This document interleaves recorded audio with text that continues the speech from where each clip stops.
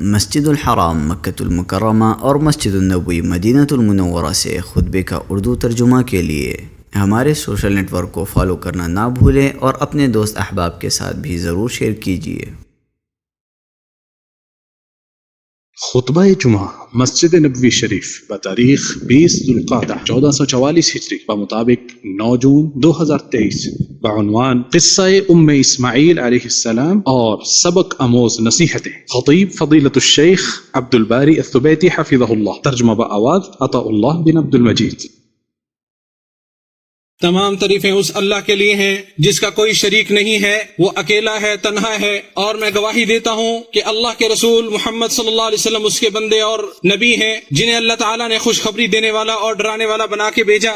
اور اللہ درود و سلام نازل فرمائے آپ صلی اللہ علیہ وسلم پر اور آپ کے صحابہ کرام پر۔ میں تمہیں اور اپنے آپ کو اللہ تعالیٰ سے ڈرنے کی اور تقوی کی وصیت کرتا ہوں۔ اللہ تعالیٰ کا فرمان ہے، اے ایمان والو اللہ تعالیٰ سے ڈرو اور نہ تم مرو مگر اس حال میں کہ تم مسلمان ہو۔ حمد و صلات کے بعد انبیاء کرام کی سیرتوں سے بہت سے اسباق اور نصیحتیں ملتی ہیں، اور جناب ابراہیم خلیل اللہ علیہ السلام کی سیرت کے کچھ پہلوؤں کا موسم حج اور بیت اللہ شریف کے ساتھ بڑا گہرا تعلق ہے۔ جناب ابراہیم علیہ السلام اپنے بیٹے اسماعیل اور اس کی مال کو ساتھ لے کر مسجد کے بالائی حصے کی طرف تقریباً زمزم کے اوپر والی جگہ، گھنے سائے والی جگہ پر چھوڑ آئے، جہاں بعد میں جا کر بیت اللہ شریف تعمیر ہوا، جہاں دور دور تک زندگی کی گزر بسر کے آثار و نشانات تک دکھائی نہ دے رہے تھے۔ نہ تو پانی کا انتظام اور نہ ہی وہاں کسی آدم زادے کا وجود تھا۔ جناب ابراہیم علیہ السلام نے ان کے پاس ایک تھیلی رکھ دی جس میں کچھ کھجوریں اور پانی کا ایک برتن تھا، اور خود رخت سفر باندھا اور جہاں سے آئے تھے وہیں واپس پلٹ گئے۔ اسماعیل علیہ السلام کی ماں ان کے پیچھے دوڑی اور پوچھنے لگی، اے ابراہیم اس وادی میں ہمیں تنہا چھوڑ کر کہاں جا رہے ہو جہاں نہ کوئی غمگسار و مددگار ہے اور نہ ہی کوئی اور چیز؟ بار بار یہی سوال کرتی رہی اور ابراہیم علیہ السلام پیچھے مڑ کر جواب دینا بھی گوارا نہیں کر رہے تھے۔ آخر کار جب اس نے یہ پوچھا کہ مجھے اتنا بتا دیجئے بس کہ اللہ تعالیٰ نے آپ کو اس کام کا حکم دیا ہے، تو جواب میں ابراہیم علیہ السلام نے فرمایا جی ہاں۔ تو کہنے لگی پھر وہ ہمیں کبھی ضائع نہیں کرے گا۔ یہ ایک تعجب خیز اور حیرت انگیز واقعہ ہے جو کہ آزمائش کی گھڑیوں میں ثابت قدمی کی ایک اعلیٰ ترین مثال ہے، جس تک رسائی صرف ایسے عظیم لوگوں کے حصے میں آتی ہے جو ایمان، یقین اور توکل میں اعلیٰ و عرفہ مقام رکھتے ہیں۔ یہ کلمات اپنے ساخت کے لحاظ سے تو معمولی کلمات ہیں، لیکن معنی مفہوم کے اعتبار سے انتہائی گہرے اور عمیق ہیں۔ جناب اسماعیل علیہ السلام کی ماں نے جب یہ پوچھا کہ اللہ تعالیٰ نے آپ کو اس کام کا حکم دیا ہے، تو اس کا جواب سن کر کہنے لگی پھر وہ اللہ ہمیں کبھی ضائع نہیں کرے گا۔ یہ کلمات اس وقت کہے جب انہیں بالکل یقین ہو چکا تھا کہ اب ان کا خاوند انہیں ویران چٹیل صحرا میدان میں چھوڑ کر جا رہا ہے، جہاں نہ کوئی غمگسار و مددگار ہے اور نہ ہی کوئی اور چیز۔ اس قصے کو اگر غیر مسلم پڑھے تو وہ اسے حقیقت کے برخلاف ایک خیالی کہانی سمجھے گا۔ عقلیں اس کا ادراک کرنے سے عاجز و بے بس ہیں، لیکن ایمان سے لبریز دل بآسانی اس کا احاطہ کر سکتے ہیں کہ جو اللہ تعالیٰ پر کما حق ہو توکل کرتا ہے تو اللہ تعالیٰ اس کی حفاظتیں بھی کرتا ہے، اس کے لیے کافی ہو جاتا ہے، اس کی رکھوالی کرتا ہے اور اس کے رزق کا بھی بندوبست کرتا ہے۔ عملی اسباق اور یقین سے لبالب اس عبارت سے ہم آگے نہیں بڑھیں گے جب تک اس سے کچھ اسباق اخذ کر کے اطمینان حاصل نہ کر لیں۔ ہمیں جان لینا چاہیے کہ اللہ سبحانہ اپنے بندوں اور دوستوں کو کبھی ضائع نہیں کرتا۔ اپنے خالق پر یقین اور اس کے وعدوں کی تصدیق سے بھرے ہوئے ایسے دل کی اپنے خالق کے ساتھ بے پایاں اور گہری تاریخ ہوتی ہے۔ اس نے خوشحالی کے وقت اللہ تعالیٰ کے حقوق کی حفاظت کی تو اللہ عز و جل نے تکلیف و پریشانی کے وقت اسی کا خیال رکھا، اور اس کے دل میں یہ بات گھر کر گئی کہ اگر اللہ کی انسیت اور مانوسیت حاصل ہو جائے تو خالق کائنات اور آسمان و زمین کے خزانوں کے مالک پر توکل ہو تو صحرا کی وحشت ناکی اور ویرانی کا احساس بالکل بھی نہیں رہتا۔ اس نے تنگ دستی اور سختی کے وقت اسے پہچانا ہوتا ہے تو خوشحالی کے وقت بھی اسے پہچانتا ہے۔ اس کے دل میں مانوسیت الہی کا قرار مجزن رہتا ہے۔ اپنے پروردگار کے متعلق اور اپنے بیٹے کے متعلق حسن ظن رکھنے کی وجہ سے اسماعیل علیہ السلام کی والدہ ماجدہ کو یہ صلہ ملا جو تمام لوگوں کے لیے یکساں مفید ہے۔ چنانچہ اس کے سامنے زمزم کا چشمہ پھوٹا جو کھانے کا کھانا اور بیماریوں کی شفا ہے، جس کا تذکرہ رہتی دنیا تک اللہ تعالیٰ سدا رکھے گا۔ جب تک لوگ عبادت اور مناسک و حج عمرہ کے طور پہ صفا مروہ کرتے رہیں گے، یہ ام اسماعیل کی عزت اور رفعت شان کے طور پر یہ قصہ ان کے سامنے تازہ ہوتا رہے گا۔ آپ ام اسماعیل کے اس قصے پر اور ان کے اپنے رب پر پختہ اعتماد و یقین پر ذرا غور کیجئے کہ ایسی وحشتناک جگہ جہاں کھانے پینے کے علاوہ کسی انسان تک کا وجود نہیں، وہاں اس کے دل میں ذرہ برابر بھی خوف سرایت نہیں کر سکا۔ اگر آپ کا تقابل آج کے زمانے کے ساتھ کیجئے جب ہمارے ارد گرد سب کچھ موجود ہوتا ہے، مہیا ہوتا ہے، تعجب کی بات ہے پھر بھی ہم اپنے یہ رزق، اولاد، بیماری، آئندہ آنے والے کل اور مستقبل سے متعلق اضطراب اور ڈر ہمیں لاحق رہتا ہے، جس کا سبب اللہ تعالیٰ پر یقین اور توکل میں کمی اور کمزوری ہوتی ہے۔ اللہ تعالیٰ نے اپنے خلیل ابراہیم علیہ السلام کو بیت اللہ شریف تعمیر کرنے کا حکم دیا۔ ان کے بیٹے اسماعیل علیہ السلام پتھر اٹھا اٹھا کر لا رہے تھے اور ابراہیم علیہ السلام گھر تعمیر کر رہے تھے۔ خانہ کعبہ کی تعمیر صرف پتھروں سے ہوئی ہے جو نہ نفع دے سکتے ہیں اور نہ نقصان دے سکتے ہیں۔ اس کی مشروعیت شریعت الہی سے ماخوذ ہے اور حکم الہی سے ہی اس گھر کی تعمیر کی جاتی ہے، اور ہمارے نبی صلی اللہ علیہ وسلم کی سنت پر عمل کرتے ہوئے ہمیں اس گھر کے حکم کا طواف ہے۔ اگر تعلیم نبوی کے مطابق حجر اسود کو بوسہ دینا اللہ تعالیٰ نے مشروع نہ کیا ہوتا تو ہم کبھی اسے نہ چومتے، کیونکہ یہ پتھر نہ نفع دے سکتا ہے اور نہ ہی نقصان دے سکتا ہے اور نہ ہی یہ عبادت کے لائق ہے۔ جیسا کہ عمر رضی اللہ تعالیٰ عنہ نے فرمایا تھا، یقیناً میں جانتا ہوں کہ تو ایک پتھر ہے، نہ تو نفع کا مالک ہے اور نہ ہی نقصان کا مالک ہے۔ اگر میں نے رسول اللہ صلی اللہ علیہ وسلم کو تجھے بوسہ دیتے ہوئے نہ دیکھا ہوتا تو میں تجھے کبھی بوسہ نہ دیتا۔ اسے بخاری اور مسلم نے روایت کیا ہے۔ اسی طرح باقی زیارات والی جو جگہیں ہیں ان کا معاملہ بھی اسی طرح ہے، خواہ وہ مساجد ہوں یا قبریں، خاص جگہ ہوں یا غزوات والے مقامات، ان کی زیارت کرتے وقت عبرت مند و نصائح اور واضح و تذکیر جیسی ان حدود کو تجاوز کرنا درست نہ ہوگا جن کی وجہ سے ان کی زیارت مشروع کی گئی ہے۔ ان کی حیثیت پتھروں اور مٹی سے زیادہ کچھ نہیں، ان میں نہ کوئی نفع ہے اور نہ ہی نقصان ہے۔ بیت اللہ شریف کی تعمیر ایک عظیم الشان عمل، بلند و برتر منصب، نیک و صالح کام اور ایسا بے مثال شرف تھا جسے ابراہیم اور ان کے بیٹے اسماعیل علیہ السلام نے حاصل کیا۔ دونوں اس کی تعمیر کے دوران اور اسے مکمل کرنے کے بعد مسلسل یہ دعا کرتے رہے۔ ارشاد باری تعالیٰ ہے، اے ہمارے رب ہم سے قبول فرما، بے شک تو ہی سب کچھ سننے والا ہے اور سب کچھ جاننے والا ہے۔ نیکی کے جلیل القدر کام انجام دے کر بھی عاجزی اور انکساری اختیار کرنا، یہ اہل ایمان اور اہل تقوی کی کیفیت کا عالم یہی ہوتا ہے۔ وہ اپنے اعمال کے ذریعے اور طاعت والے کاموں کے ذریعے اللہ تعالیٰ پر احسان نہیں جتاتے اور نہ ہی حج و عمرہ، نماز، صدقہ و خیرات جیسے اعمال اس لیے کرتے ہیں کہ وہ اپنے پروردگار پر احسان کریں، بلکہ مومن کی حالت تو یہ ہونی چاہیے کہ رضا الہی کے خاطر کیے ہوئے ہر عمل کو معمولی اور بالکل چھوٹا سا شمار کرے۔ نیک اعمال کا دار و مدار قبولیت پر ہوتا ہے، یہی اعمال کا مقصود اور یہی غرض و غایت ہوتی ہے۔ وہ شخص جو نیک اعمال کرتے ہوئے ریاکاری کو در آنے کی اجازت دیتا ہے تو ایسا شخص دھوکے میں ہے۔ ریاکاری اعمال کے اجر و ثواب کو سرے سے ختم کر دیتی ہے اور انہیں بکھرے ہوئے گرد و غبار کی طرح بنا دیتی ہے۔ ایسے لوگ جن کے اعمال میں عجب اور ریاکاری سرایت کر جاتی ہے، انہی کے متعلق نبی صلی اللہ علیہ وسلم نے ارشاد فرمایا کہ کل بروز قیامت انہی لوگوں سے جہنم کو بھڑکایا جائے گا، حالانکہ انہوں نے جلیل القدر اعمال انجام دیے ہوں گے۔ ان میں سے ایک قاری قرآن ہوگا جس نے اس لیے قرآن پڑھا ہوگا کہ اسے قاری کہا جائے،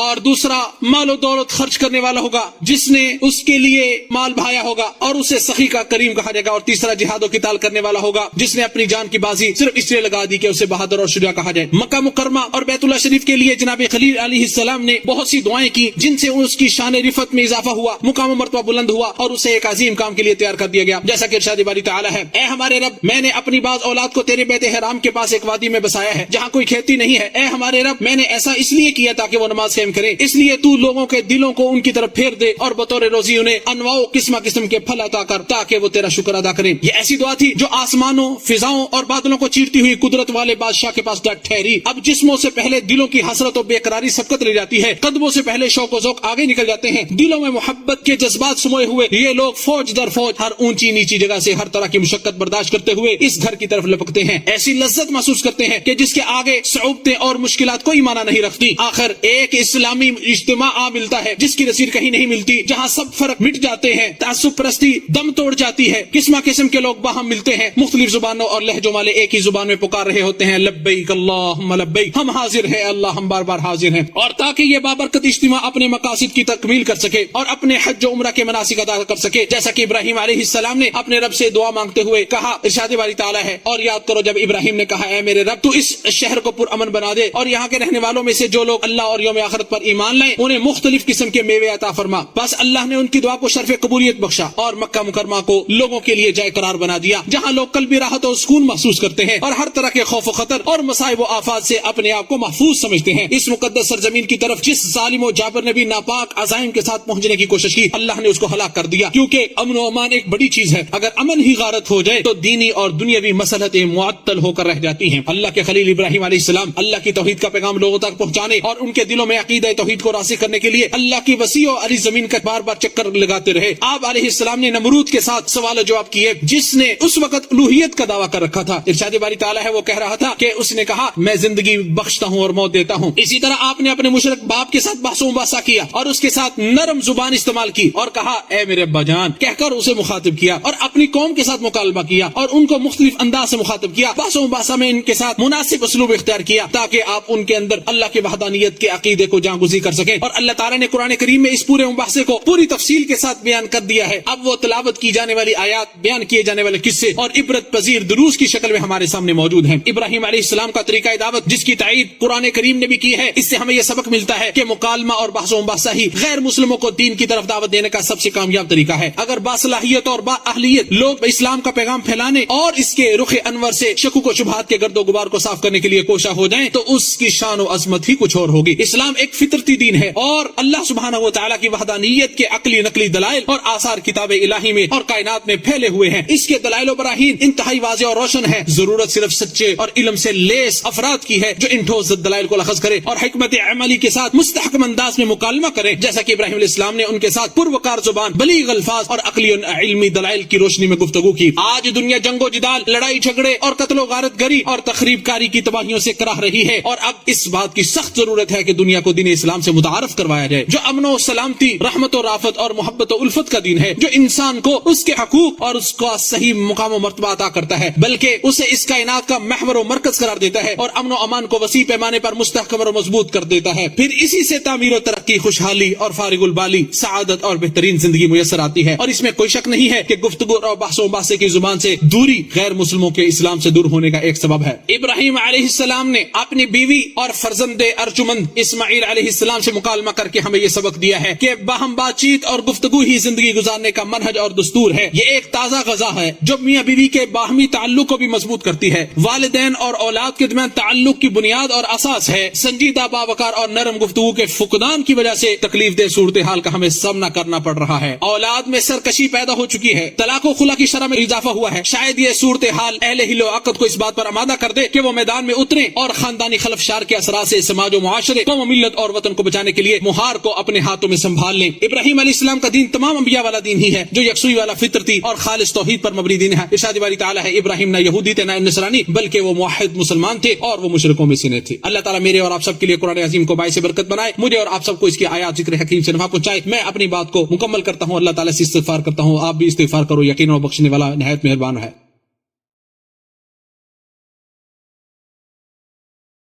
تمام تعریفیں اس اللہ کے لیے ہیں جو تمام جہانوں کو پالنے والا ہے۔ میں گواہی دیتا ہوں کہ اللہ کے علاوہ کوئی معبود برحق نہیں، وہ تنہا ہے، اس کا کوئی شریک نہیں، اور میں گواہی دیتا ہوں کہ ہمارے نبی سردار محمد صلی اللہ علیہ وسلم اس کے بندے اور رسول ہیں جو سچے اور امانت دار ہیں۔ اللہ تعالیٰ ان پہ درود و سلام نازل فرمائے، ان کے آل و اصحاب پر، تمام کے تمام پر۔ میں تمہیں اور اپنے آپ کو اللہ تعالیٰ سے ڈرنے اور تقوی کی وصیت کرتا ہوں۔ یہ وہ عظیم اوصاف ہیں جنہیں تاریخ نے حلیم و بردبار اور نرم دل والے ابراہیم علیہ السلام کی حیات طیبہ سے متعلق قلم بند کر رکھا ہے، جن کی سیرت مطہرہ سخاوت و فیاضی، اثار و قربانی اور اطاعت و فرمانبرداری سے لبریز ہے۔ اس سب کے باوجود وہ بھی اپنے رب سے صالحین کی صف میں شامل ہونے کی التجا کر رہے ہیں۔ ارشاد باری تعالیٰ ہے، اے اللہ مجھے حکم عطا کر اور مجھے نیک لوگوں کا ساتھ عطا فرما۔ اپنے عمل کو کم تر سمجھ رہے ہیں اور تواضع انکساری میں اپنی ذات کو فرموش کر رہے ہیں، اپنے رب کے ساتھ ادب و احترام کے ساتھ پیش آ رہے ہیں، جبکہ ہمارے اندر اپنی نادانی اور کمزوری کی وجہ سے تکبر و گھمنڈ پیدا ہو جاتا ہے۔ نیک عمل کے بعد خود پسندی آ جاتی ہے اور اللہ کی راہ میں خرچ کرنے کے بعد کبر و غرور آ جاتا ہے۔ اللہ تعالیٰ ہماری حالات پہ رحم فرمائے۔ اے اللہ اسلام کی حالت پر ہمیں موت دینا اور نیکوکار لوگوں کا ساتھ ہمیں نصیب فرمانا۔ لوگوں نبی صلی اللہ علیہ وسلم پر درود و سلام بھیجو جس کا اللہ تعالیٰ نے قرآن کریم میں حکم دیا ہے۔ بے شک اللہ تعالیٰ اور اس کے فرشتے نبی صلی اللہ علیہ وسلم پر درود بھیجتے ہیں۔ اے ایمان والو تم بھی ان پر درود و سلام کثرت کے ساتھ پڑھا کرو۔ اے اللہ نبی صلی اللہ علیہ وسلم پر درود و سلام نازل فرما جس طرح تو نے آل ابراہیم اور ابراہیم علیہ السلام پر درود و سلام نازل فرمائے۔ اے اللہ نبی صلی اللہ علیہ وسلم پر برکت نازل فرما جس طرح آل ابراہیم اور ابراہیم پر تو نے اللہ برکت نازل فرمائی، بے شک تو حمید و مجید ہے۔ اے اللہ ہم تجھ سے جنت کا سوال کرتے ہیں اور ایسے قول و فعل کی توفیق کا سوال کرتے ہیں جو ہمیں جنت سے قریب کر دے۔ یا اللہ ہم جہنم کی آگ سے تیری پناہ چاہتے ہیں اور ہر ایسے قول و فعل سے جو ہمیں جہنم کے قریب کر دے۔ اے اللہ ہم تجھ سے خیر و بلائی کی ابتدا و انتہا، اس کی جامع چیزیں اور اس کے اول آخر ظاہر و باطن کا سوال کرتے ہیں اور جنت میں بلند درجات کا سوال کرتے ہیں۔ اے اللہ تو بہت بخشنے والا، معافی کو پسند کرنے والا ہے، ہمیں معاف فرما۔ اے اللہ ہم تیری نعمت کے زائل ہونے سے، تیری دی ہوئی عافیت کے پھر جانے سے، تیری ناگہانی گرفت سے اور تیری ہر قسم کی ناراضی سے پناہ مانگتے ہیں۔ اے اللہ ہمارے امام خادم حرمین شریفین کو اپنے پسندیدہ کاموں کی توفیق عطا فرما، ان کے ولی عہد کو ہر خیر کی توفیق عطا فرما، ان دونوں کی نیکی اور تقوی کے کاموں کی مدد فرما۔ اے اللہ حجاج کرام کی حفاظت فرما، اللہ ان کے نیک اعمال کو قبول فرما، اللہ ان کے حج سعی صفا مروہ کو اللہ قبول و منظور فرما، ان کے گناہوں کو معاف فرما۔ اے ہمارے پروردگار ہمیں دنیا و آخرت میں خیر و بھلائی عطا فرما اور ہمیں آگ کے عذاب سے محفوظ فرما۔ یقیناً اللہ تعالیٰ عدل و احسان اور قرابت والوں کو دینے کا حکم دیتا ہے اور بے حیائی برائی سرکشی سے منع کرتا ہے۔ وہ تمہیں نصیحت کرتا ہے تاکہ تم نصیحت حاصل کرو، تم اللہ تعالیٰ کا ذکر کرو وہ تمہیں یاد کرے گا، اس کی نعمتوں پر اس کا شکر ادا کرو وہ تمہیں مزید نوازے گا، اور اللہ تعالیٰ کا ذکر بہت بڑا ہے اور اللہ تعالیٰ جانتا ہے جو کچھ تم کر رہے ہو۔